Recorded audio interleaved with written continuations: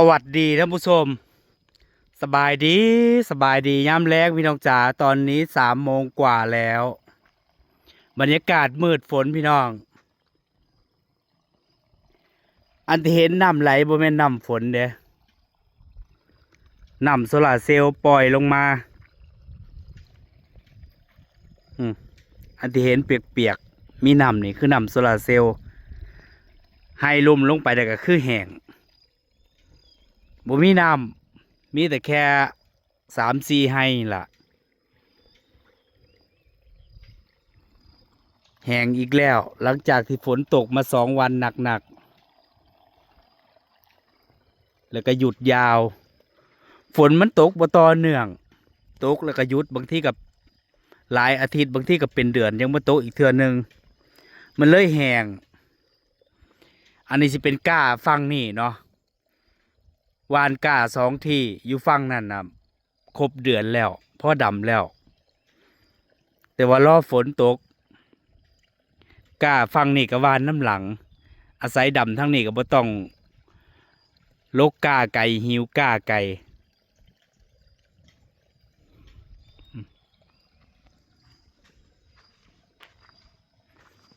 ที่เห็นมีน้ำคือน้ำโซลาร์เซลล์น้ำไหลปล่อยลงมาเลยเถียงนาฝั่งนี้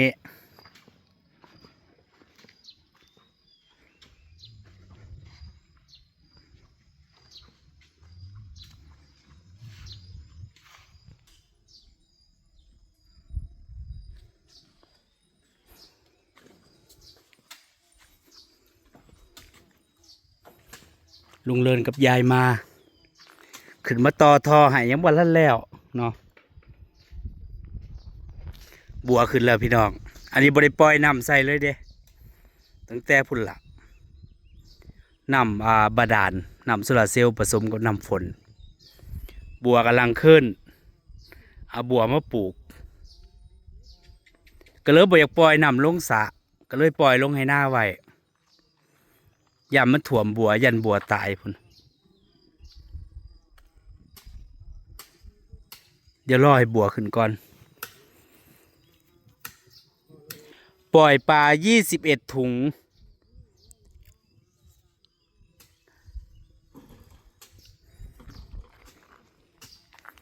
ต้นไม้มาปลูกไว้ตั้งแต่มือฝนตกแล้วก็ฝนก็บ่ตกเลยมักทั่วบ่มีปลูกมื้อนั้นน่ะออกกันได้พี่น้องเนี่ยแล้วก็บ่ได้ขึ้นมาหดน้ำถั่วฝักยาวออกหมดแล้ว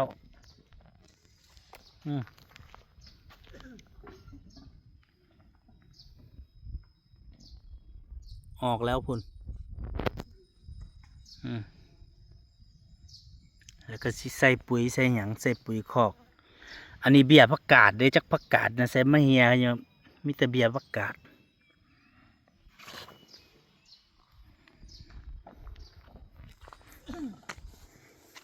น้ำโซลาร์เซลล์มันก็ไหลอยู่แต่ไหลบ่แห้งเพราะมันมืดฝนหอคอยนี่ก็เสร็จหรือยัง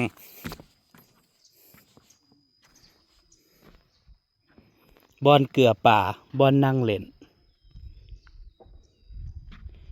เห็นฮอตโตป่าเห็นบ่พี่น้องนะ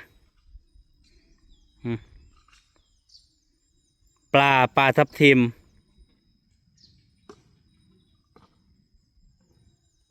ปล่อยหลายอยู่ปีนี้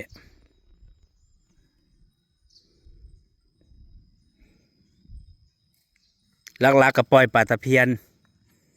ปลาทับทิมปลาในปลาขาวมันปลานวลจันทร์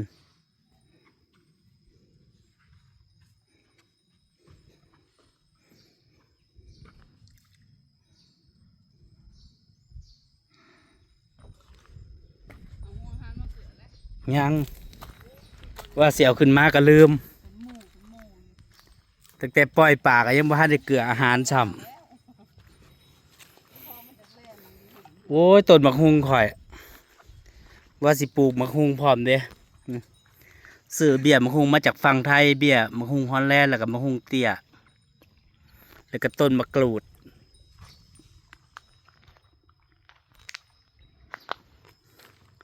ยังบ่ทันได้ปล่อยน้ำเด้พี่น้องยังบ่ทันได้ปล่อยน้ำขึ้นแท่ง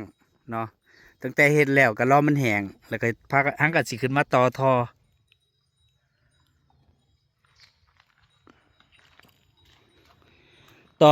ก็คือสามารถใส่ได้ไปใส่ได้ทุกทางเนาะอันนี้ท่อน้ำล้นบ่นี่ ทำแล้วถ้าชามทางผัดอามาเดียว มันใส่ตัวอะไรแน่ซะ ไม่ใช่แบบนี้ เอามาวัดกันด้วย ก็ปิดไว้ก่อน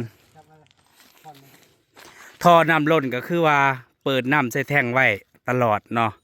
ถ้ามันล้นแท่งก็คือมันไหลออกจากตรงนี้ไหลลงมาข้างล่างแล้วก็ไหลลงสระคือบ่ต้องปิดเปิดอ่ะ บ่ต้องน้ำลายมันก็ได้คนบ่อยู่ก็ต้อง แล้วก็ให้น้ำมันเต็มแท่งไว้ตลอดเพราะว่าอาศัยไว้ใส่ โอเคสี่กะแลตห้ากะแลตหกแลตตรงเนาะตรงดูงาม มันต่อท่อน้อยทางใดทางใหญ่มาคือทางนั้นบ่ อืม เขาสิต่อไปพูดเลยได้พูดต่อไปตกกกข้อท่อน้อยนะ เอามาว่า18นี่ผมเลยเนี่ยง่ายกว่าถอดไปถอด18ต้องโหลดจะตัวนี้บ่อืม สรุปมันเป็นคอต่อเบอร์หยังอันนี้มือเจะจำบ่แม่น18บ่ บอกว่าสิ แล้วมันใส่ตัวนั้นได้บ่ มันก็มีอีก ใส่ตัวนั้นได้อยู่ได้บ่ ตัวนั้นนี่ถอดมันโหลดเนาะ มันมีอย่างอันคอต่อมันน่ะ นี่อันเดียวนี่พอแล้วขอต่อน้ำมันน่ะท่วมอ่ะ บ่เขาอยากได้วาล์วมัน นี่เดี๋ยวอันนี้แล้วว้าวมันก็ว้าวตัวนี้แล้ว มันตัวเดียวนะ ตัวน้อย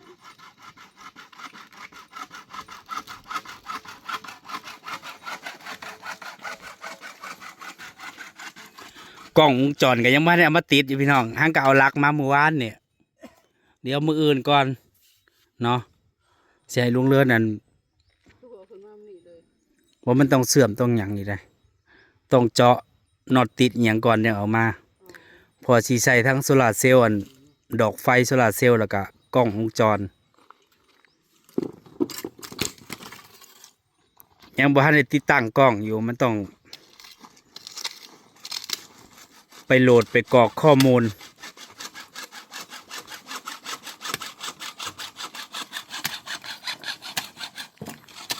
เพราะว่าตอนนี้นะต่อตรงไว้เนาะต่อตรงไว้ลงไหนาเลย บาดนี้ก็สิเปิดใจแท่งไว้ตลอด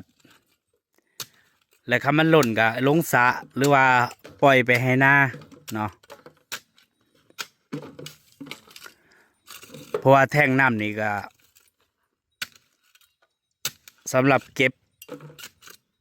ก็บน้ำไว้ใส่แน่เวลาอยากใส่น้ำก็ปิดเปิดเอาเนาะสิมีหัวกอกพร้อม ตอนแรกบ่มีก็อยากได้สูงกว่านี้อยู่เด้พอดีย้ายมาว่ามันสูงมันขึ้นบ่ได้คานยกขึ้นก็เลยได้ซ้ำนี่ มันชูกลัวตัวเทิงอยู่ดอก สูงกว่าแต่ว่าน้อยกว่า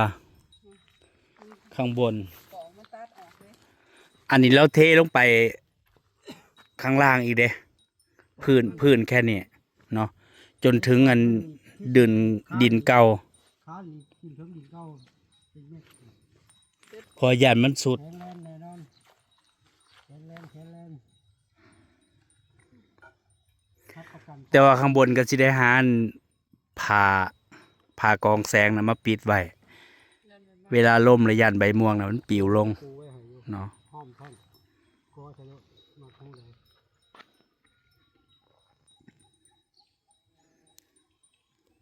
ต่อทอแล้วก็สิปล่อยน้ำลงไปไว้ให้มันเต็ม ก็คือทอกับมีสามทิศเนาะสามารถเปิดไปหดพักหดสวนได้เปิดไปปลูก ไปหดทั้งพุ่นได้ต่อไปฟังนั่นแน่เนาะเอาลงให้หน้าได้ ฟังนี่ก็ต่อลงสาย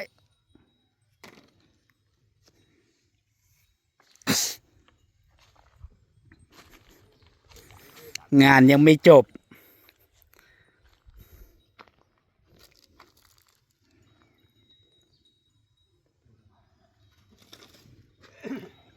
มันท่อเขาร้อย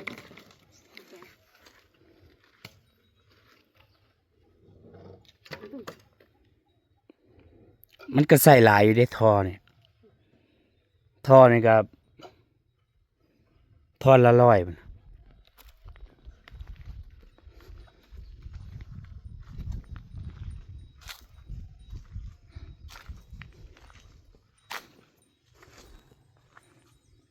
นี่ ที่หนึ่ง อันนี้คือต่อลงให้หน้าได้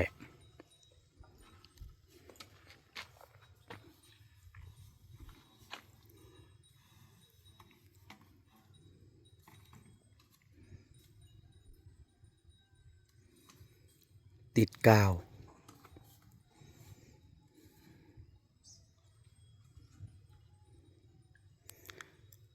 การที่เจาะนำบาดาลใส่โซลาร์เซลล์นี่มันกะดีหลายอย่างเนาะ เวลาสุกเสริญหรือว่าแห้งแล้งจังซี่ก็มีน้ำใส่ คุยมาตั้งกันบ่ถึงเนาะ เมื่อก่อนน่ะก็น้ำก็บ่ได้พอใส่ได้ฟังนั่นน่ะ ปลูกหยังก็หลายก็บ่ได้น้ำเบิด แต่ซุมื้อนี่นะซ้ำสิปลูกน้ำเต็มสระทั้งปี บนใส่บน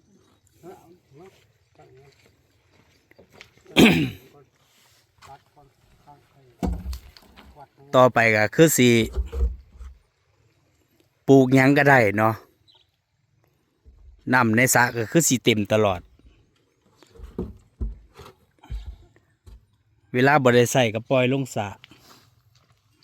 โซลาร์เซลล์3 แผ่นน่ะ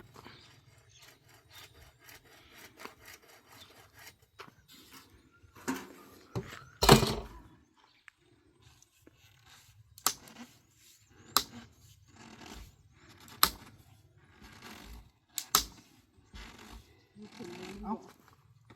ข้างมันแห้ง แล้วมันบ่มีเสียงมันคือขนาดนี้ สรุปต่อพิษพอต่อพิษก็ได้ตัดถิ่มแล้วก็บ่พอแล้วก็ไปซื้อมาใหม่อีก ไปซื้อมาใหม่อีก3 ทางแล้วก็ของอ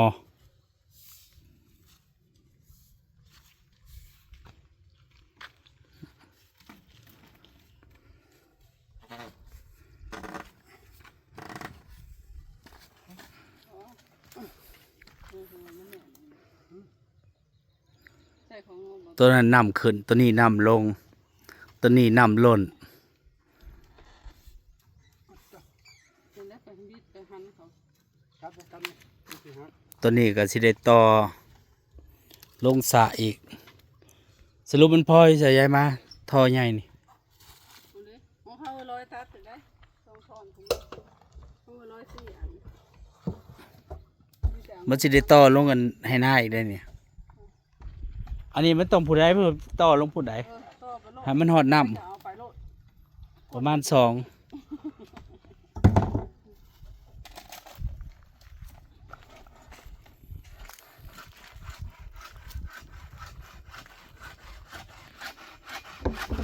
เมื่อกี้นี่ฝนปล่อยลงมา ว่าสิตกแห้งมิดซีรีส์อีกละ จบเลยเอาไปข้างในเด้อนั่น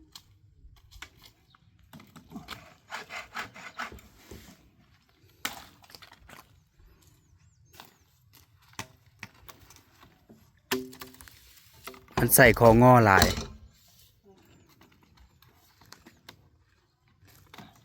เครื่องขออันเล็กนะบอลพอมันแน่นแท้ นี่โอ้โหก็เนาะ เอายัง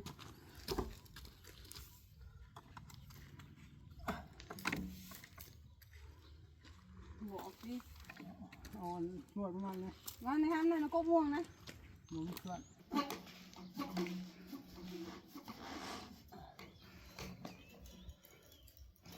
นี่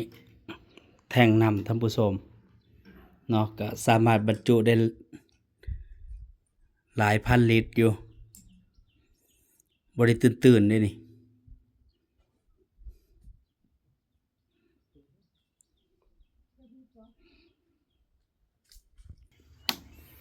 ต่ออันนี้ก็จะเป็นก๊อกน้ำปิดเปิดใส่ได้หลายทางว่าจะเป็นทดพักล้างถ้วยล้างจานสามารถเป็นที่อยู่อาศัยได้เลย เห็นบ่ยังพอนึงได้น่ะแต่สิฮอด ท่อ PVC บนต่อไปกกคอพุ่นสรุปแล้วบ่ฮอดจ้ำ ยังพอนึงพุ่น บ่พอ หกพอน พอบอลหันก็เป็นบอลอยู่เนาะสามารถล้างถ้วยล้างจานได้เลยก็สิเฮ็ดอ่างล้างถ้วย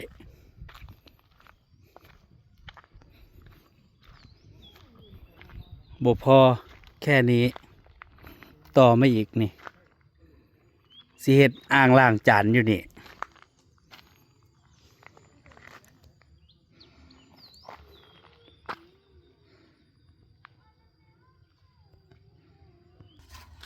เอาของง้อโลดมาง่ายนี่มาตัดวางนี่ สรุปก็ยังบ่พออยู่ซื้อมามันยังบ่ครบ ท่อนี่ท่อ40นี่เบิดอันนี้ต่อมาท่อตัวนี้มันต่อขึ้นแท่งเขาได้เบิดแล้ว อันนี้ก็บ่เทิงอีกเนาะ แม่น พอสิต่อลงอันให้หน้าอีก บ่เทิงมันจะซื้อ อันนี้ก็สิต่อลงนี่อีกก็ยังอยู่ ยังหลาย เว้น5-6 เซนบ่ สามโตของง้อสิซื้อได้บ่แม่น3ทางสมมุติว่ามันมื้อนี้ บ่มีไปซื้อมาเมื่อกี้ มันเต็มแท่งแล้วเขาก็ ยังบ่พออีก เขาบอกจะปล่อยมันไหลนี่ถ้าปล่อยมันไหลกับปลาเลย คันปล่อยไหลนี่ก็มันก็เป็นโศกเป็นห้องลงไปอีกมันต้องต่อลงไปพุ่น แต่ก็ง้อลงไปเรื่อย บ่จะเงาะบ่จะเงาะไปข้ามบ้านเด้อ ๆขับลูกผม ข้ามแบบขางข้างนั้น มัดไว้แล้วมันจังบ่ไหลกันไหลลูก เอาท่อซื้อไปเลยให้มันวิดคันไปเลยว่าซั่นจ้ะ มันไปโจรระวังผมยามันแล้วโจรน้ำเขาก็บ่ทันปลาหมูแล้วมันยัง พุงปลา มันยังไปน้ำกันมันบ่ทันปลาหมูมันยังน้อยมันยังอนุบาลเลย ต้มตลาดกล้วยละมุมันบ่มีตัวใหญ่พากิน ต้องไม่แน่มันมาป้อน ถ้ามันกินมันจะกิน กินสีขาวบ่ไปตายสีขาวกับสีแดง ข้าว เอ็นบุกเรีย มันก็อยู่เป็นพุงอยู่นั่นแหละพี่น้องจ๋ามาวันนี้ก็สิขอเก็บภาพบรรยากาศเพียงเท่านี้ขอบคุณทุกกำลังใจ ไปแล้วท่านผู้ชมสบายดี กับปลาสิเก็บมันก็ลงน้ำตา นี่ก็ขาด ยา ที่โรงเรียนก่อน